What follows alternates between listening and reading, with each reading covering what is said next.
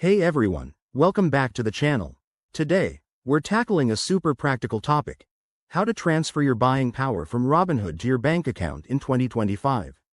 If you're new here, I'm your go-to guide for simplifying finance and investing. Buying power is basically the cash you have available in your Robinhood account for trading or investing, and transferring it to your bank is a straightforward way to access that money for everyday use or other investments. First things first, make sure you have the Robinhood app updated to the latest version for 2025. It's always good to check for any new features or security updates. Start by opening the Robinhood app on your phone or logging into the website on your computer.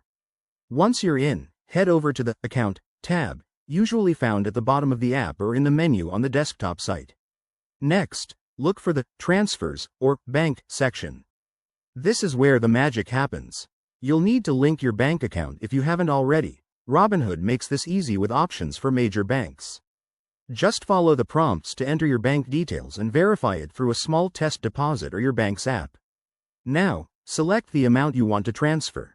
Remember, your buying power is the cash balance, so double-check that figure in your account summary to avoid any surprises. Hit Withdraw or Transfer to Bank and confirm the transaction. Robinhood might ask for additional verification, like a PIN or email code, to keep things secure. One important tip: transfers can take 1 to 3 business days to process, depending on your bank and any potential holds. Keep an eye on your Robinhood notifications and bank app for updates.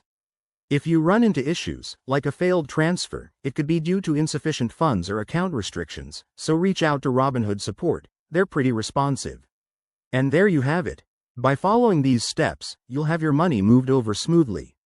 If this video helped you out, hit that like button, subscribe for more finance tips, and drop a comment below if you have questions.